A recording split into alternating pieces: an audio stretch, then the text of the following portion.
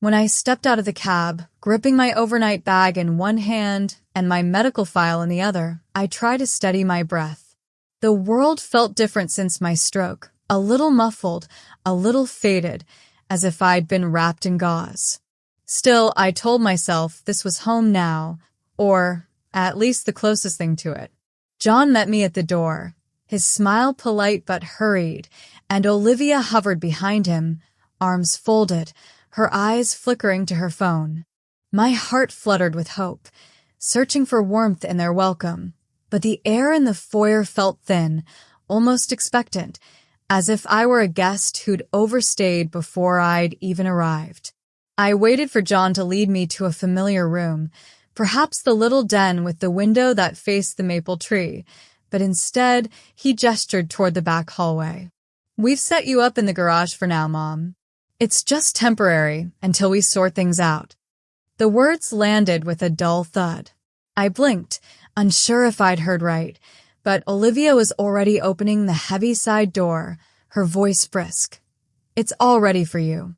There's a cot, some blankets, and your things."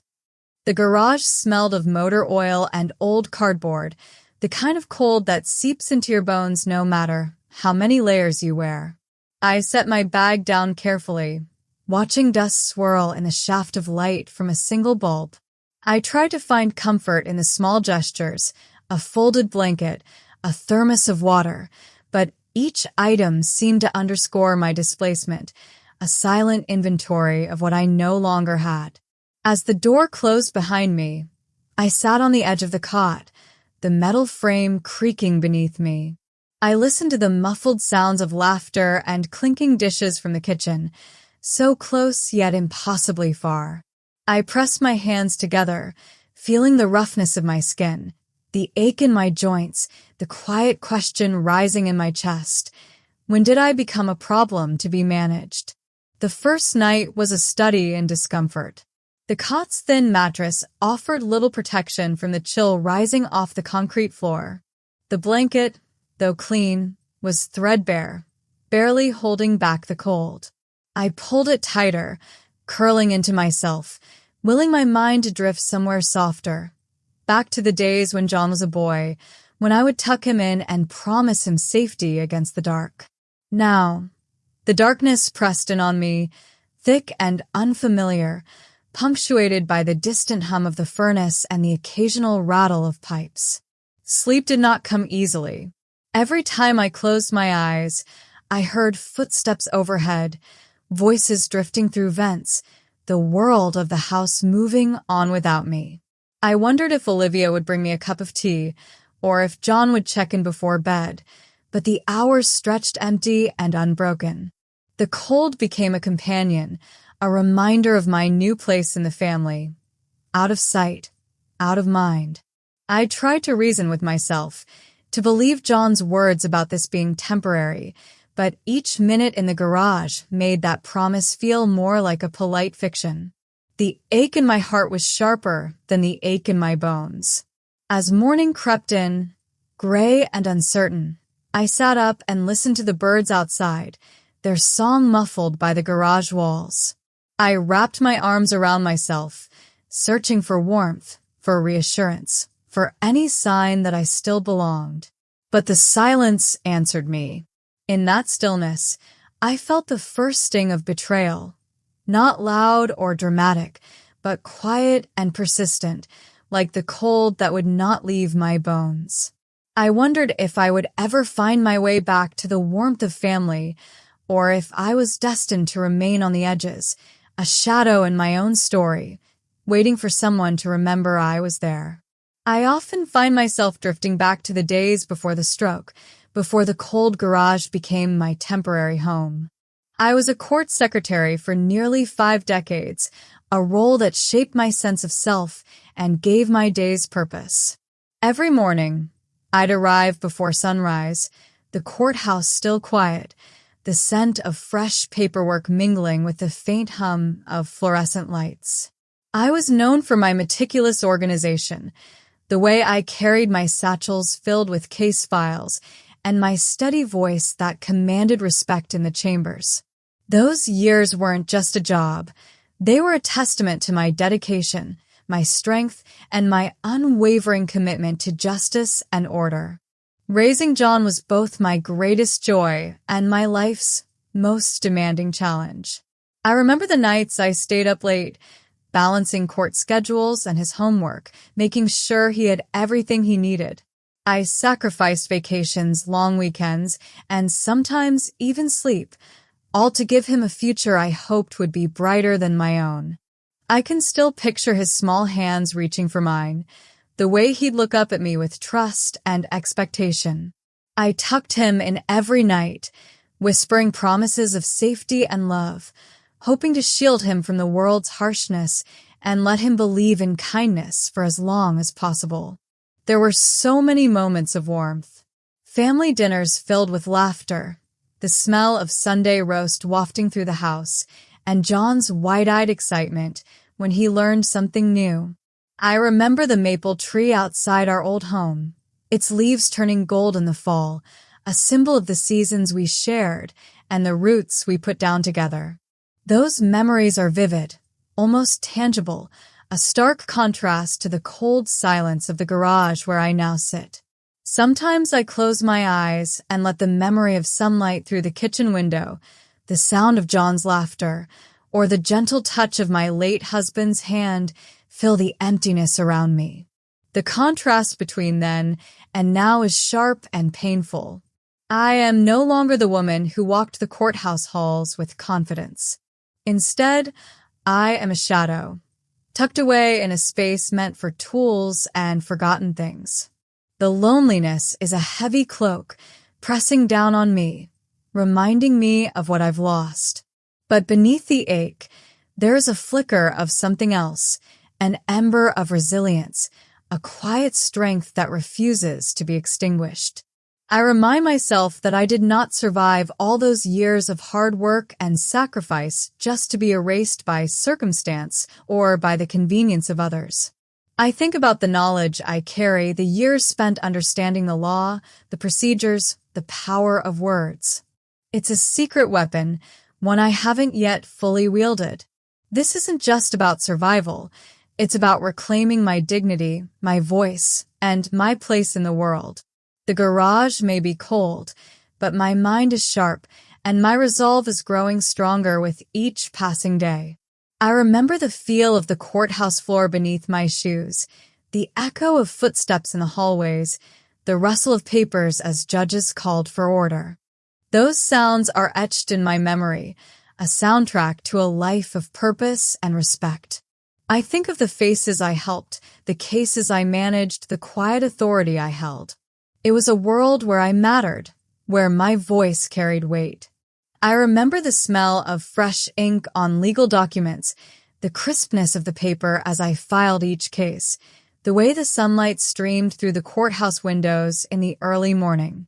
Those small details grounded me, gave me a sense of belonging and pride. Now, in this cold garage, I cling to those memories like a lifeline. Sometimes, when the night is still, I close my eyes and let the memories wash over me. Not to escape, but to remind myself of who I am. I am more than a burden. I am a woman who has fought battles, both in the courtroom and in life. And though the walls around me may be cold and unwelcoming, they cannot contain the fire that burns within. This reflection is not just a retreat into the past. It is a preparation for what lies ahead. I am gathering strength, piece by piece, memory by memory, ready to face whatever comes next with the same determination that carried me through decades of service and sacrifice.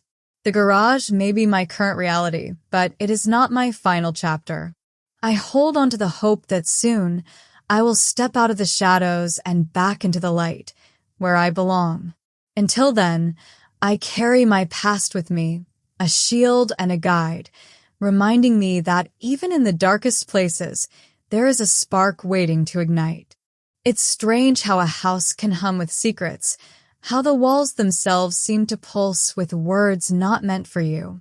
I learned quickly that in the garage, I was both out of sight and, ironically, within earshot of everything that mattered. The first time I heard John and Olivia talking about me, I was folding my robe, trying to make the cot look less like a hospital bed and more like a place to rest. Their voices floated through the thin vent above the water heater, muffled but unmistakable. Olivia's tone was sharp, impatient. She's not going to last much longer out there. Once we get the paperwork done, it'll be easier. John's reply was quieter, but the words stung all the same. We just need her to agree to the power of attorney. After that, it's all settled. I froze, my hands still, my heart pounding in my chest. I had spent my life in courtrooms, deciphering the true meaning behind carefully chosen words. I knew the language of strategy, of patience, of waiting for someone to slip. That night, I barely slept. Every creak of the house, every whisper through the vent, became a thread in a tapestry of worry. I replayed their conversation, dissecting each phrase, each pause. I could feel the old instincts returning, the careful listening, the silent observation, the mental cataloging of details that might one day matter. In the morning, I rummaged through my suitcase and found my old digital recorder, a relic from my working days. I tested it, the tiny red light blinking to life, and tucked it beneath my pillow. If they were plotting, I would not be caught unprepared. I would do what I had always done: gather evidence, document the truth, and trust in the power of facts over whispers. The next evening, as I sat quietly in the garage, I heard Olivia's laughter, sharp and brittle, followed by John's weary sigh. "She's still here," Olivia muttered, "and she's not making this easy." John's response was laced with frustration. If she'd just signed the forms, we could move on. The lawyer said it's all legal. We just need her signature. I pressed the recorder's button, heart pounding, and let their words fill the memory card. I thought of all the times I'd sat in the back of a courtroom, quietly taking notes while others argued and postured. I had learned that power often belonged to the one who listened, who waited, who kept silent until the right moment. As days passed, I became more vigilant. I timed my walks to the mailbox to coincide with their arguments in the kitchen. I listened for the cadence of their voices, the rise and fall that signaled a conversation I needed to hear. Sometimes I caught only fragments: Olivia complaining about the inconvenience, John worrying about the bank accounts, the word guardianship tossed around like a threat. Each snippet was another piece of the puzzle, another confirmation of what I already suspected. I was not just a guest in their home, but an obstacle in their plans. The realization was both chilling and oddly clarifying. I was no longer simply enduring the cold or the loneliness. I was gathering ammunition. My years in the courthouse had taught me that documentation was everything. Memories could be doubted, motives could be twisted, but a recording, clear, undeniable, was a shield no one could easily pierce. I began to keep a small notebook, jotting down dates, times, and details. The color of Olivia's robe when she threatened to call the lawyer, the exact words John used when he muttered about waiting her out, the way their voices shifted when they thought I was asleep. I wondered if they realized how much I heard, how much I understood. Did they see me as weak, as someone whose mind was slipping along with her health? The irony was sharp. I had spent my life ensuring that others' voices were heard, that the truth was preserved in the official record. Now I was fighting for my own story to be told, for my own rights to be protected. Each night, as I clicked the recorder off and tucked it away, I felt a small surge of power, a reminder that I was not as helpless as they believed. Still, the uncertainty gnawed at me. What would I do with this evidence? Would anyone believe me, or would my age and my circumstances render my words suspect? I thought of the judges I'd served, the lawyers I'd respected, the way justice sometimes moved slowly, quietly, until it was ready to strike. I clung to the hope that my training, my patience, and my faith in the truth would be enough. As I lay awake in the darkness, listening to the house settle and the wind rattle the garage door, I promised myself that I would not be erased. I would document, I would wait, and when the time was right, I would make sure my story was heard, clearly, completely, and on my own terms. The nights were the hardest. The cold crept in through every crack and seam, wrapping around me like a relentless shadow.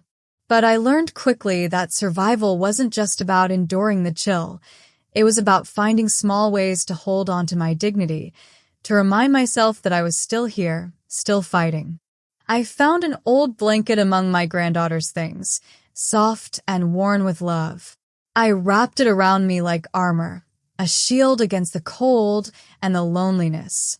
It wasn't much, but it was mine, a thread of warmth in the vast emptiness of the garage. Each night, I folded it carefully, smoothing out the wrinkles, treating it with the respect it deserved. It became a ritual, a small act of defiance against the silence and the shadows. I kept a small notebook, the pages filled with scribbles and observations. Names, dates, snippets of conversations I overheard through the vents. I wrote down the sharpness in Olivia's voice, the frustration in John's sighs, the way they whispered about power and control as if I were invisible. Writing was a way to keep my mind sharp, to hold on to the truth when everything else felt like it was slipping away. The act of recording these details became more than a habit. It was a deliberate choice, a declaration that I would not let myself be erased by circumstance or neglect. Each entry was a thread tying me to my own story, a reminder that I was still the author of my life, even if the setting had changed. One evening, as the sun dipped below the horizon and the garage filled with the blue hush of twilight, my phone buzzed quietly in my coat pocket.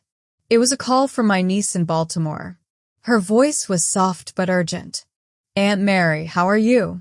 I heard from Mom that you're staying in the garage. Is that true?" I hesitated, the weight of the truth pressing down on me. But I knew I couldn't hide anymore. "Yes," I admitted, my voice barely above a whisper. "It's not what I expected, but I'm managing." Her silence spoke volumes. "That's not right, Aunt Mary. You shouldn't be out there alone." Her words were a lifeline, a reminder that I wasn't completely alone. It was the first time someone outside that house acknowledged what I was going through.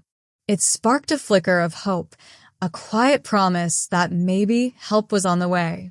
That night, wrapped in my granddaughter's blanket, I sat on the cot and let the silence settle around me. But it was no longer a silence of defeat. It was a silence of endurance, of quiet resistance. I was still here, still listening, still remembering. Survival didn't mean silence.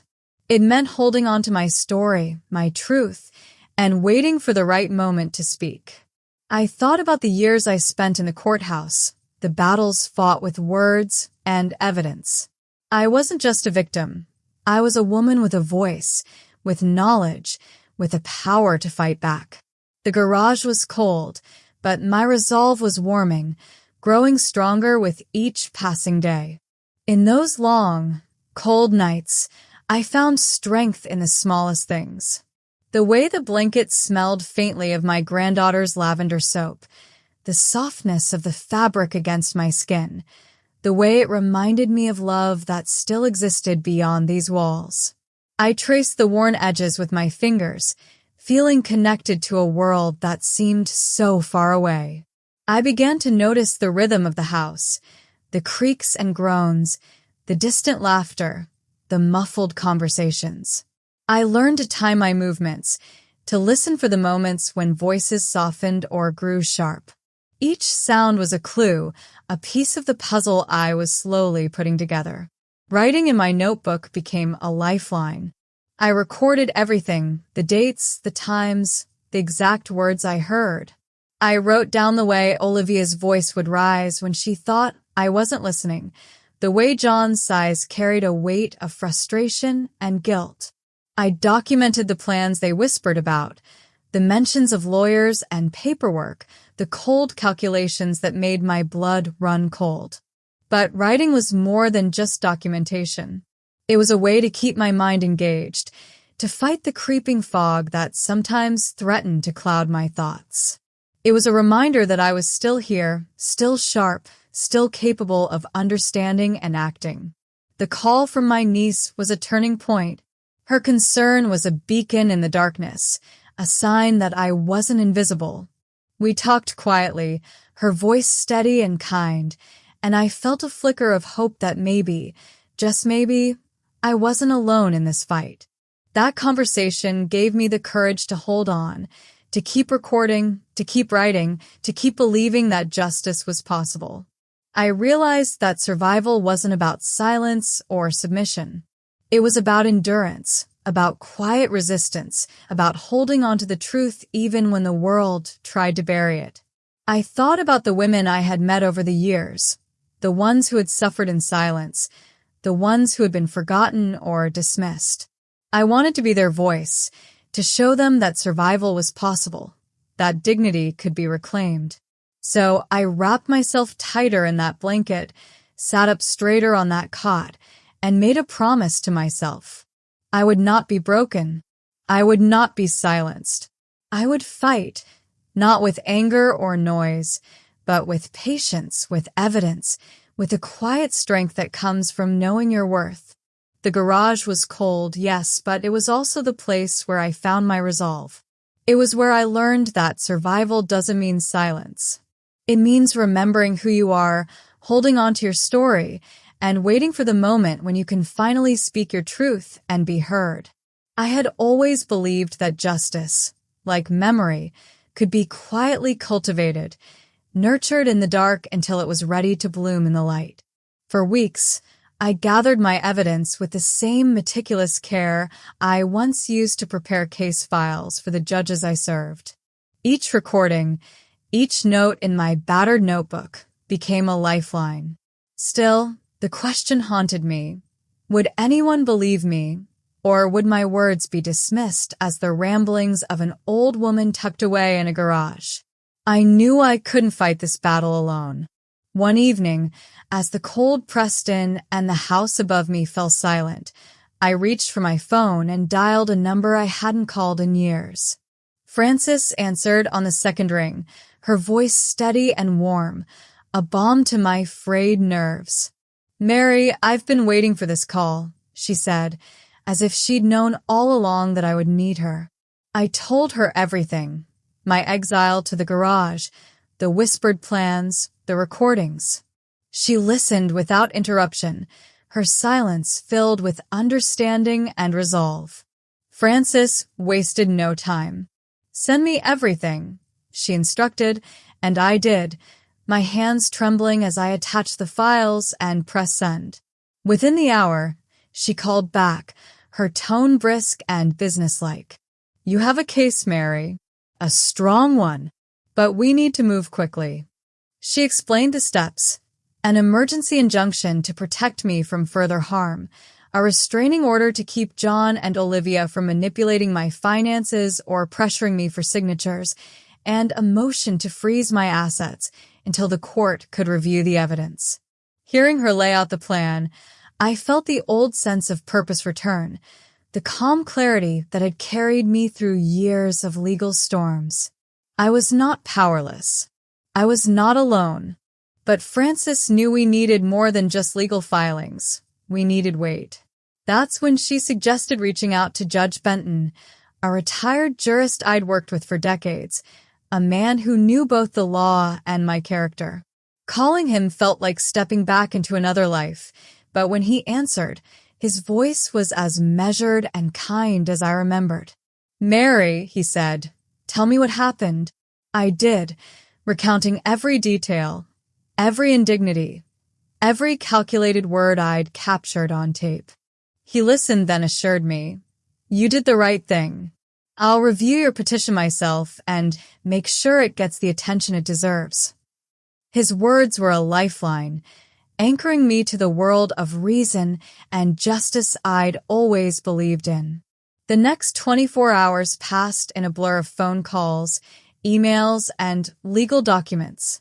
Frances and her team worked late into the night, drafting motions, compiling evidence, and coordinating with the court. I signed affidavits with hands that trembled not from fear, but from adrenaline and hope. For the first time since my exile to the garage, I felt the balance of power shift. I was no longer a passive observer in my own life. I was taking action, wielding the tools I'd spent a lifetime mastering. The law was no longer something that happened to me. It was something I could use to defend myself. Still, the suspense gnawed at me. Would the court see the truth? Would the judge believe my story? Or would John and Olivia's veneer of respectability shield them from consequence? I replayed their words in my mind, the casual cruelty, the calculated indifference. I thought of all the women I'd known who had been silenced by doubt, by shame, by the fear that no one would listen. I refused to let that be my fate. Frances called with updates, her voice a steady drumbeat of progress. The emergency injunction is filed. The restraining order is being reviewed. We should have an answer by morning.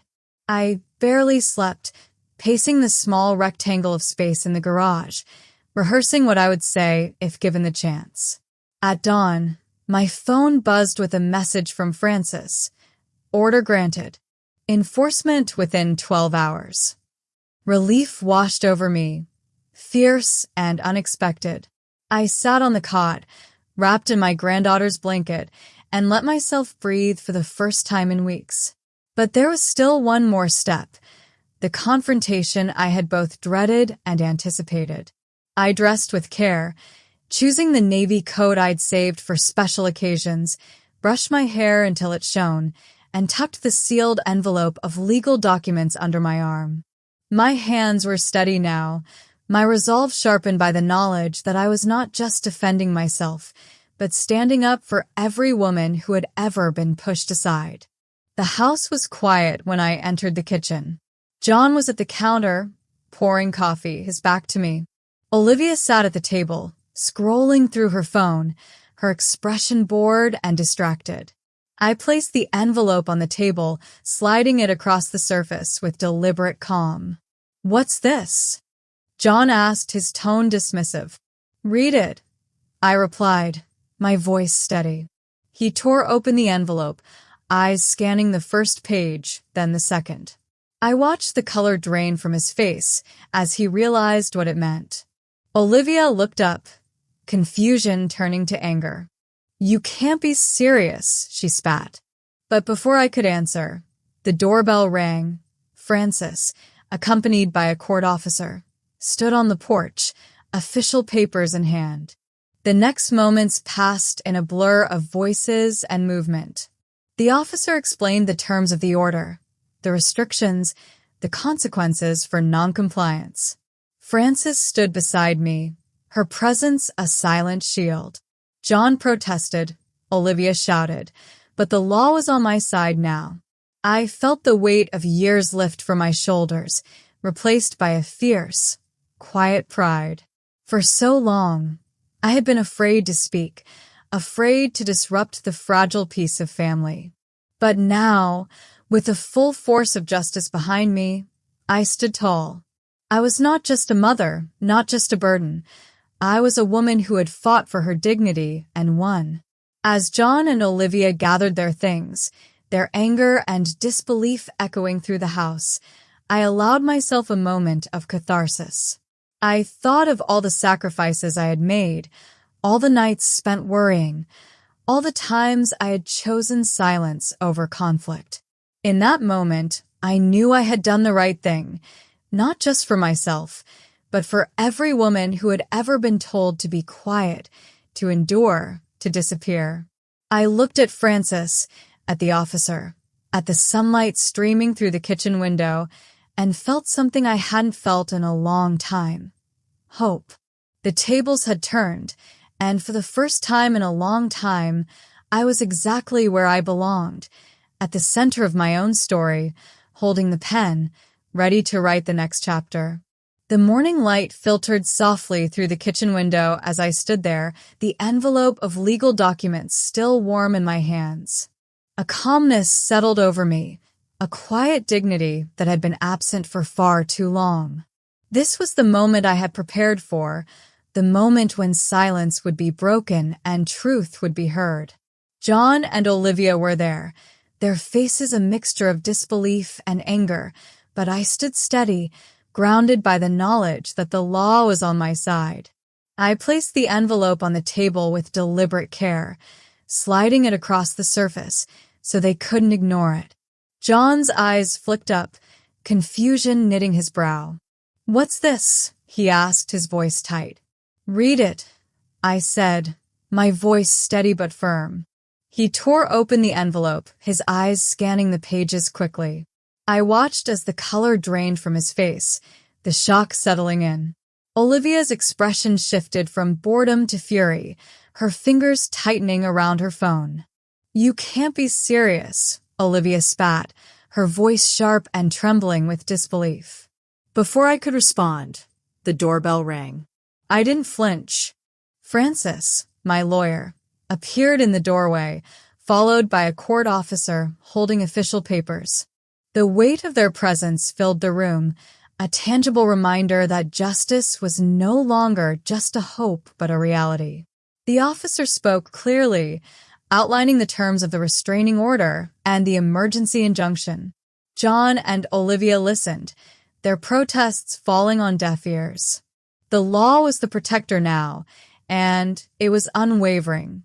A surge of relief washed over me, mingled with a deep sense of vindication.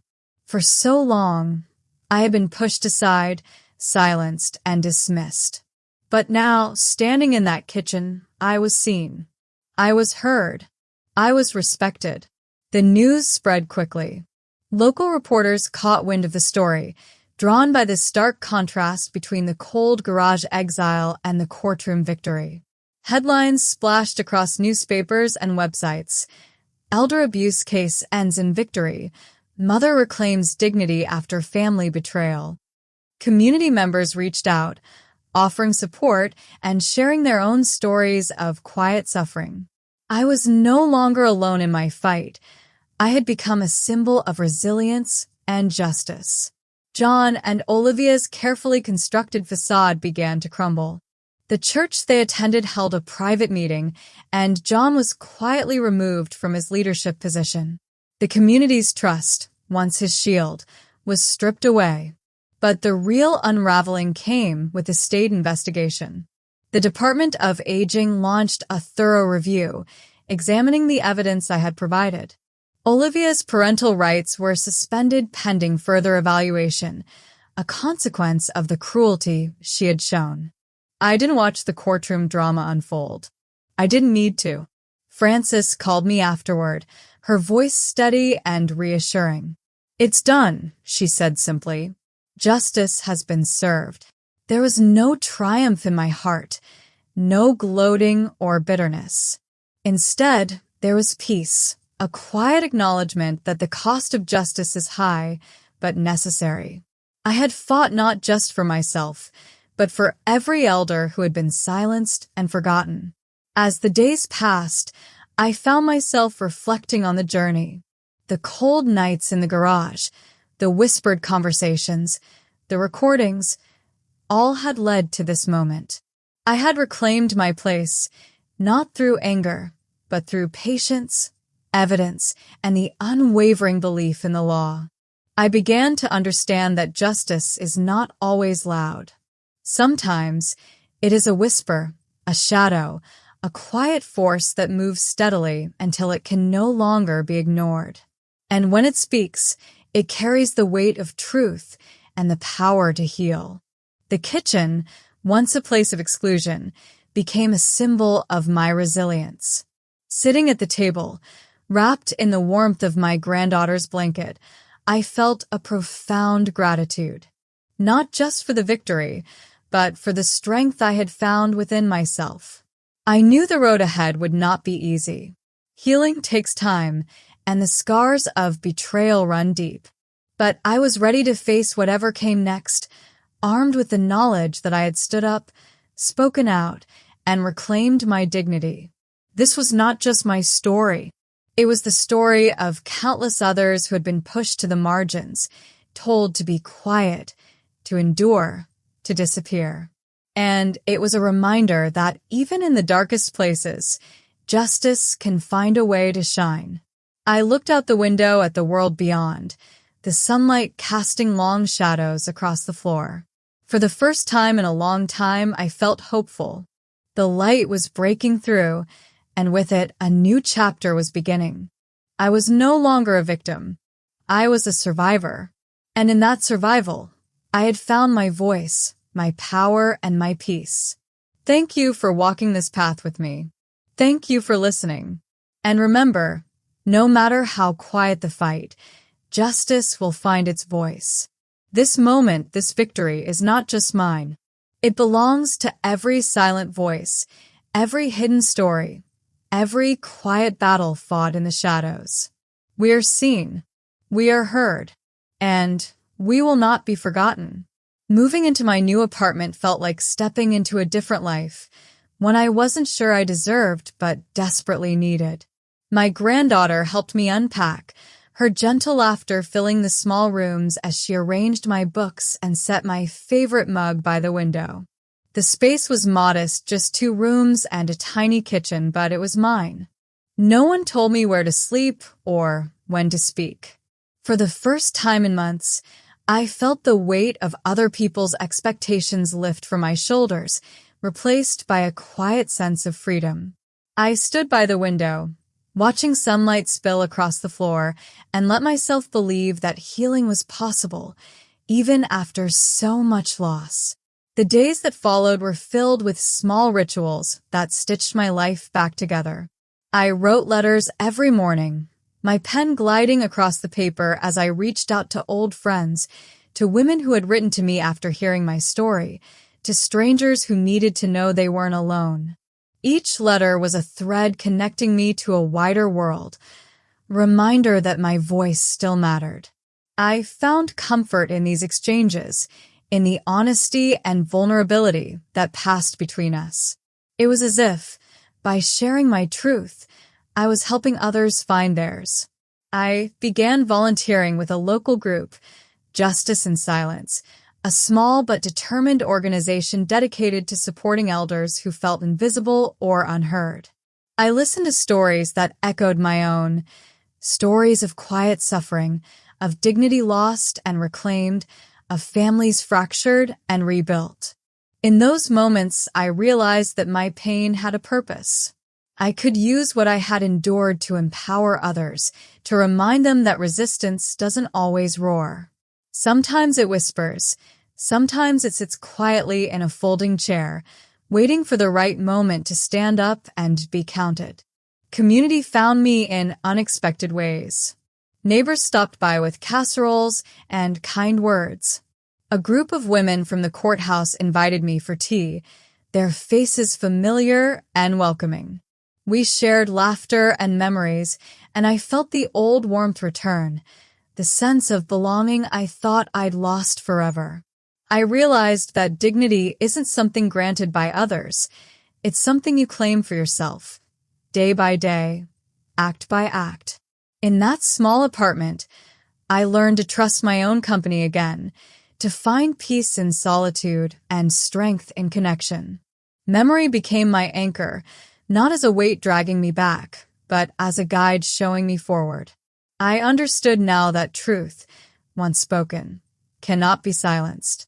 I carried the lessons of the garage with me, not as scars, but as proof of my endurance. The quiet resistance that had kept me alive now gave me purpose. I was no longer just surviving. I was living, building, reaching for something better.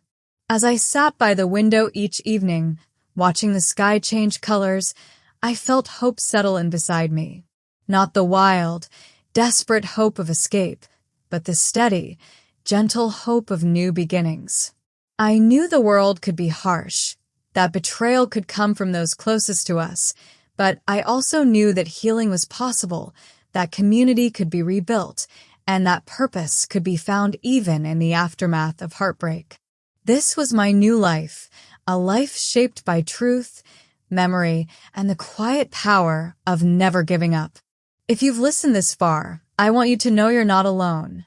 Maybe you, too, have felt invisible in your own home, or dismissed by those who should have cherished you most. Maybe you've sat in silence, wondering if your story mattered, if your voice would ever be heard. I see you. I believe you. And I want you to know that here, your story is welcome. This community was built for people like us, people who have endured, who have kept their memories alive even when others tried to rewrite them, who have found strength in quiet moments and wisdom in the long nights. I invite you to join me, to share your own story, to reach out and connect with others who understand what it means to feel overlooked or underestimated. When you subscribe, you're not just following another channel. You're sending a message to every woman, every man, every elder who's ever been told to stay quiet. You are still here, and you still matter. Let's build a space where dignity is restored, where truth is honored, and where wisdom never retires. Your voice belongs here. Your experience is needed. Together, we can make sure that no one is left in the shadows, and that every story finds its place in the light.